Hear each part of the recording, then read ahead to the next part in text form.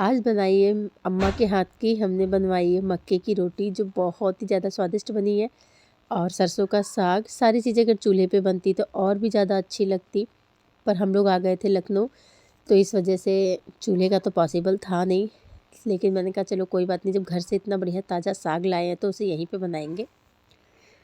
ससुर जी की तबीयत ख़राब थी तो उन्हीं को दिखाने हम लोग आए थे लखनऊ, तो मैंने कहा लो साग बना लेती हूँ, क्योंकि साग ऐसी चीज़ है ना सर्दियों में सबको अच्छी लगती ही है। तो जब हम लोग आने लगते हैं तो बहुत सारी चीज़ें अम्मा रख देती हैं, तो थोड़ी मूली थी, थोड़ा गोभी था, और बथुआ, नींबू, लहसुन, शकरकंद और सफ़ेद वाला तेल, मतलब ये सारी ही चीज़ें हम घर से लाए थे। जब भी घर जाते हैं हम लोग तो मतलब दादा क्या है ना, सब्ज़ी तो इतनी ले आते हैं कि मतलब सब ले जाओ, चाहे वो लाते बने चाहे ना बने। पर होता है ना पेरेंट्स को थोड़ा सा कि बच्चे बाहर रहते तो उन्हें देसी चीज़ें कहाँ मिलती है खाने को, इस वजह से दादा ले आते थे। पर इस बार उनकी तबीयत नहीं ठीक थी, पर जो घर में था वो मैं ले आई थी। और सुबह-सुबह जब हम आने लगे ना, तब मेरी दोनों जो सिस्टर इन लॉ है ना, वो लोग खेत से लाई बढ़िया ताज़ा-ताज़ा बथुआ और सरसों। तो वो थोड़ा-थोड़ा मैं और प्रीति ले आए थे। और सर्दियों में ना साग के नाम से ही मतलब मुँह में पानी आने लगता है। अच्छा, किस-किस को साग और मक्के की रोटी पसंद है मेरी तरह, कमेंट में ज़रूर बताना। तो मैंने कहा चलो अभी फ्रेश है तो साग बना लेते हैं, नहीं तो 1-2 दिन का अगर ये सूख जाता ना, बासी हो जाता, तो बनाने में मज़ा नहीं आता। तो ये देसी वाली बथुई है जो छोटी-छोटी होती है, तो दीदी ने साफ़ करके दी थी, इसकी जड़ें सारी हटा के। तो इसमें तो खैर मुझे कोई मेहनत नहीं करनी थी।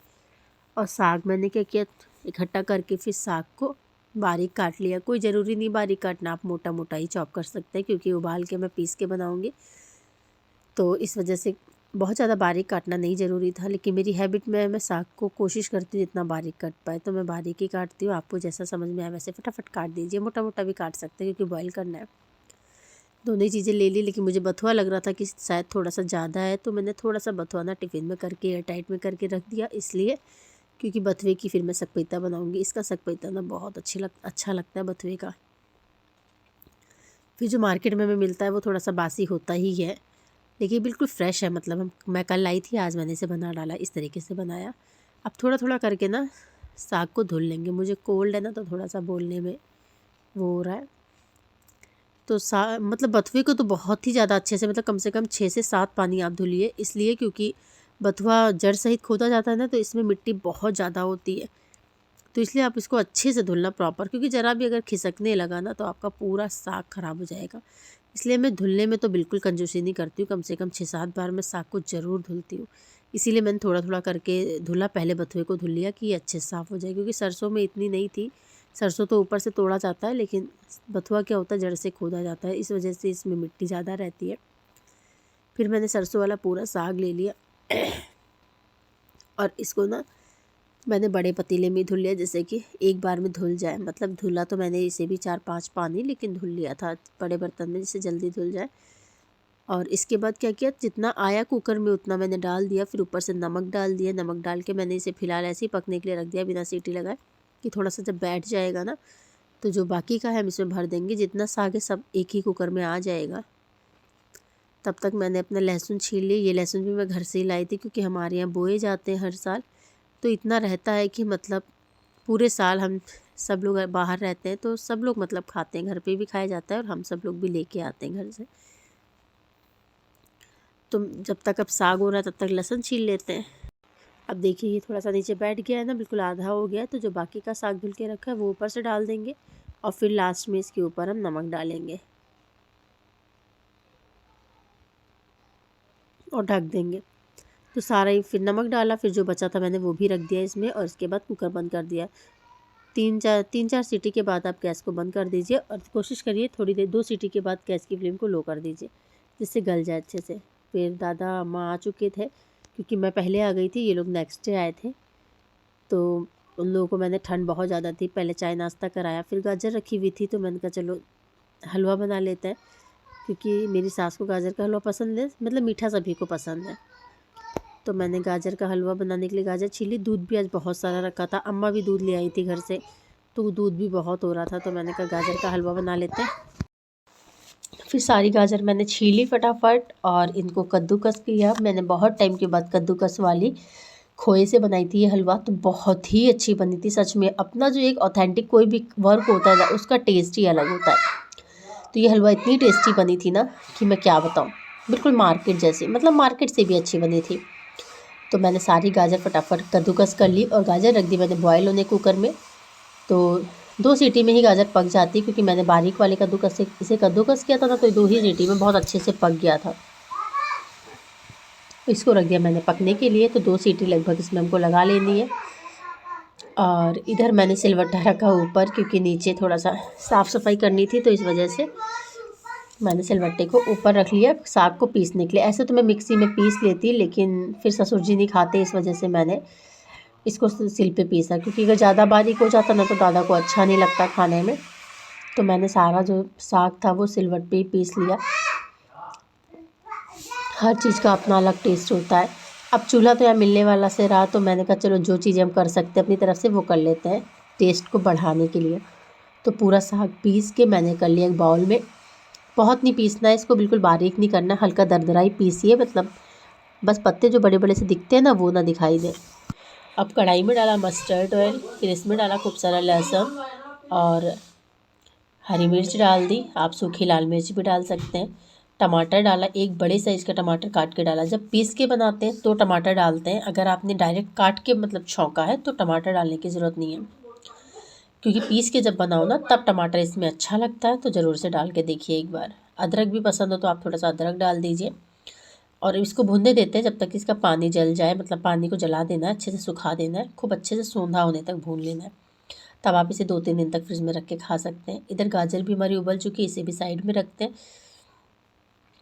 और अब चढ़ाते हैं कढ़ाई गाजर को छौंकने के लिए, मतलब भूनने के लिए। तो मैंने दूसरे गैस पे फिर कढ़ाई चढ़ाई।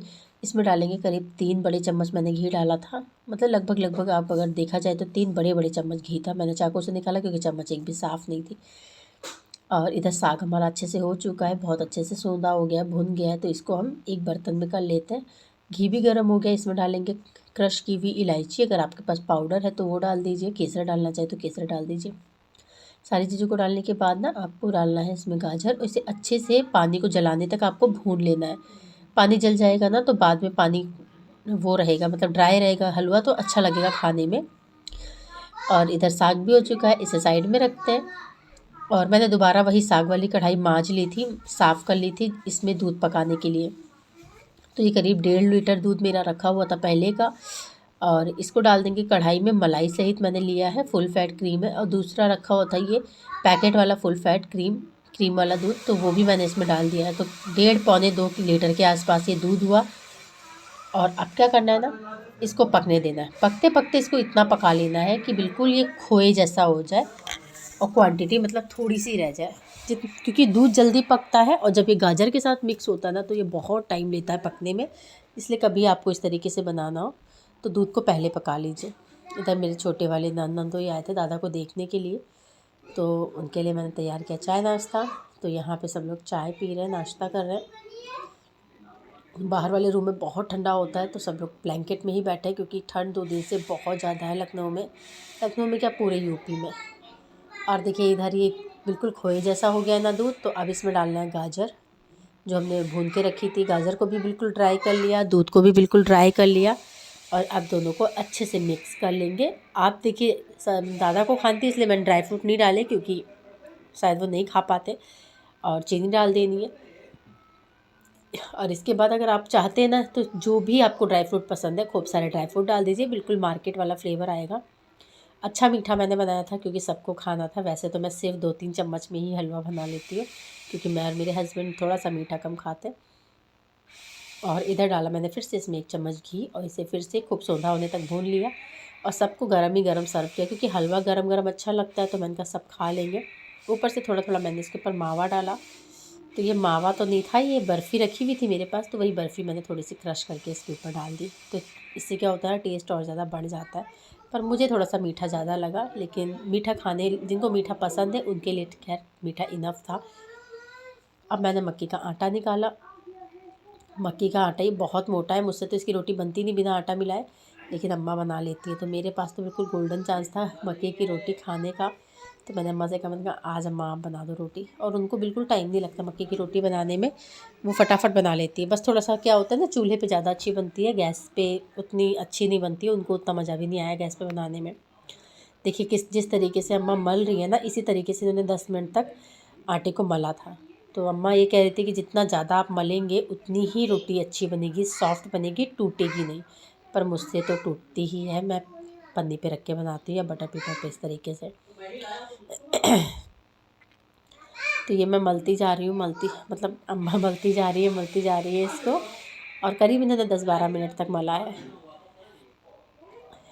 तो इसको इस तरीके से मलते रहना है। फिर इस तरीके से एक लोई बना ली इन्होंने और हाथ में पानी लगा लिया। बस पानी लगा के क्या किया, दोनों हाथ में इसको इस तरीके से गोल गोल घुमाएंगे अम्मा। पता नहीं कैसे घुमा रही थी, मुझसे तो नहीं होता ऐसे। कोशिश मैं अब इस बार ज़रूर से करूँगी, और जब भी कोशिश करूँगी आप लोगों से शेयर करूँगी। देखिए कितनी बढ़िया रोटी बन के तैयार हुई ना, खा के सच में मज़ा ही आ गया। मैं जब भी घर जाती हूँ ना, तो अगर सर्दियाँ हैं तो मक्के की रोटी तो मैं ज़रूर से बनवाती हूँ, क्योंकि मुझे और मेरे ससुर जी को ना, हम 2 लोगों को तो बहुत ही पसंद है। बाकी सब लोग भी बनती है तो खा लेते हैं, पर किसी को इतनी चॉइस नहीं होती कि मक्के की रोटी बनना ही है, पर मुझे बहुत पसंद है। तो इन्होंने उलटते पुलटते से लो फ्लेम पे सेक लिया है। हल्ला बहुत ज़्यादा लग रहा होगा क्योंकि वाशु नई गन लाया है और वो उस गन को बंद नहीं करने वाला, चलाता ही रहेगा, इसलिए ये हल्ला तो सुनाई ही देगा। और उलटते पुलटते फिर अम्मा ने इसको सेक लिया चारों तरफ से खूब अच्छे से। तो ये हमारी पूरी मतलब साग रोटी हलवा हमारा बन के तैयार हो गया। दाल मैंने बनाई थी क्योंकि सूखा सूखा ना रहे, इस वजह से दाल बना ली थी, चावल भी बना लिए थे, लेकिन मुझे तो साग रोटी ही खानी थी, बहुत अच्छी बनी थी। और साग के साथ ना मूली का तो इतना बढ़िया कॉम्बिनेशन होता है कि मैं क्या बताऊँ। अगर आपने ट्राई नहीं किया ना तो ज़रूर ट्राई करना। अब इस पर लगाया मैंने घी। बिना घी के मज़ा नहीं आता मक्के की रोटी, बाजरे की रोटी घी के बिना अच्छी नहीं लगती है। बहुत बड़ी थी तो मैंने तोड़ के इसे 2 हिस्सों में कर लिया, क्योंकि और किसी को खानी नहीं थी। तो मैंने कहा था अम्मा एक ही बनाना, आप सिर्फ मुझे ही खानी है और कोई खाएगा नहीं। तो किसी ने भी नहीं खाई थी, सिर्फ मैंने ही खाई थी। सबने साग रोटी खाई, वो साग चावल खाया था। तो ये हमारी आज की थाली तैयार है। साग और रोटी इतना टेस्टी बना था ना, और बहुत सिंपल है बनाना, मतलब रोटी बनाना सिंपल नहीं, साग बनाना सिंपल है। तो थाली अच्छी लगी हो, वीडियो अच्छी लगी हो तो वीडियो को लाइक, चैनल को सब्सक्राइब ज़रूर करें।